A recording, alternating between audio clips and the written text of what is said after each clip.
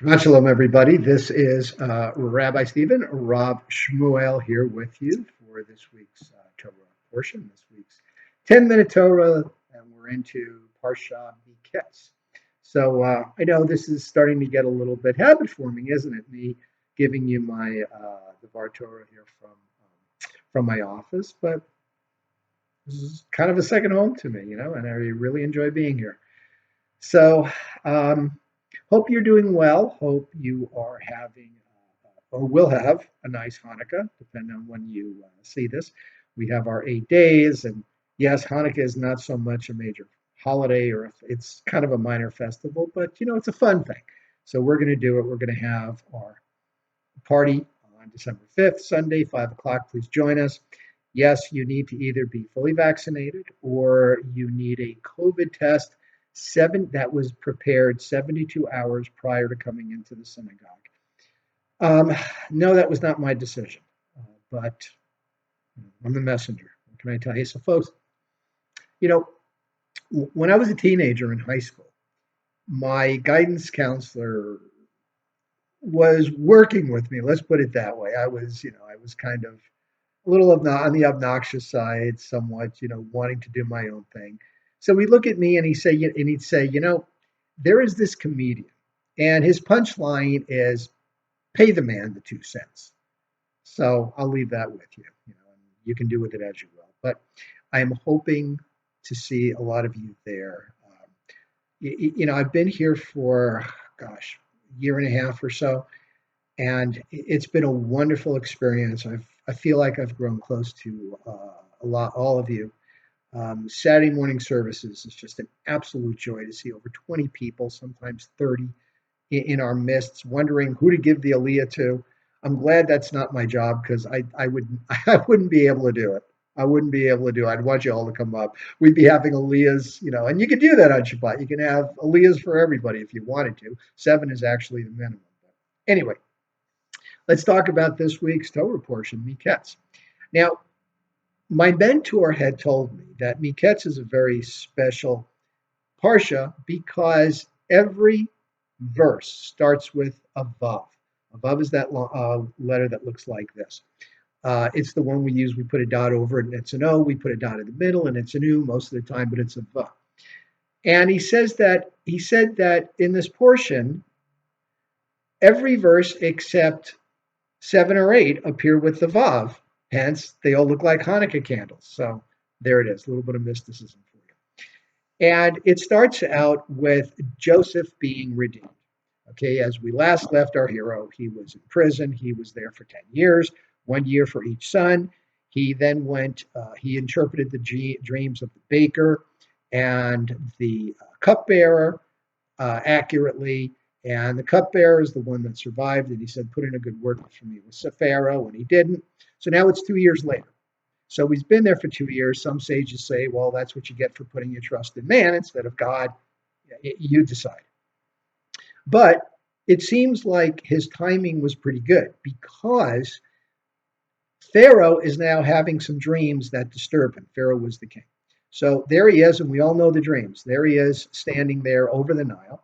And there's sort of an illusion there that with pagans and idol worshippers, their gods are forces of nature, and their religion calls for them to find ways to master those gods, to control those gods. Whereas we Jews are exactly the opposite. We believe in one God. We believe God has created the universe, maintains the universe. Therefore, God is in control of the universe, and we just want to know how to go along with his plan. That's why traditional Jews are very fastidious about observing the commandments, because when you can observe the commandments, you're kind of in line with God's thinking. And when you're in line with God's thinking, then things go fairly well. Let's just say relatively well, because we know life is not perfect. But by adhering to those commandments, by doing those commandments, it just kind of increases our chances of good fortune. And that's why we do that. So here's Pharaoh in his dream standing over the Nile, and he sees 7 plump, ripe, healthy cows come out of the water, and they're there. And then right after them come up 7 scraggly, thin cows who immediately devour the plump cows. And here's a key to the dream. The plump cow, the scraggly cows showed absolutely no difference after having devoured the cows. Now, we've just got done with Thanksgiving, and by the way, I hope your Thanksgiving was wonderful. Ours certainly was. And after you've eaten your Thanksgiving meal, you're sitting there, you want to unloosen your belt, your stomach's kind of bulged out a little bit. The cows showed absolutely no change. And this is key in what's about to happen. So Pharaoh wakes up, and it was so vivid, he was afraid because it seemed so real. So now he goes back to sleep, and he has a similar dream. There are a stalk grows. On that stalk, you have 7 ears of corn. Next to it, and they're plump and ripe and very hardy. And next to it, after that, comes up another stalk with these 7 corns that have been scorched by the sirocco, the eastern wind that we in California call the Santa Ana winds. They're dry, they're hot, and those ears of corn devour the healthy sense of corn. Pharaoh wakes up. He's startled by it. He calls in his wizards and his wise men, two different classes of people. Both of them both groups of men give their opinion as to what the dream means, but Pharaoh's not impressed. He's like, no, no. Instinctively, he kind of knows that's not right. There's something else going on here. When somebody talks to you about you always know instinctively when something, it's just, okay, I hear your reason, I get your logic, but there's something missing. And that's what Pharaoh was experiencing. It is at that time when the chief cupbearer says to Pharaoh, look, I'm starting to remember this Hebrew youth. And he tries to put it in a way, that demeans the Hebrew, because the Egyptians thought their society, their religion was better than everybody else's. They were notorious xenophobes. They didn't like strangers. Not so much here as later on. But he tries, he also, he doesn't want Pharaoh saying, well, if this guy's so smart, why you been holding out on me for 2 years? So he says, well, I didn't think it was big. But, when I was there, me and the chief baker and, this guy, this Hebrew youth, interpreted our dreams, and he was right. And, I thought maybe, just kind of out of the back recesses of my mind, you might want to check him out. So Pharaoh sends for Joseph. They clean him up. They shave his head, shave his beard. And Joseph and Pharaoh says to him, well, can you interpret my dreams? Joseph says to him, well, it's not me. It's God that's going to speak through me.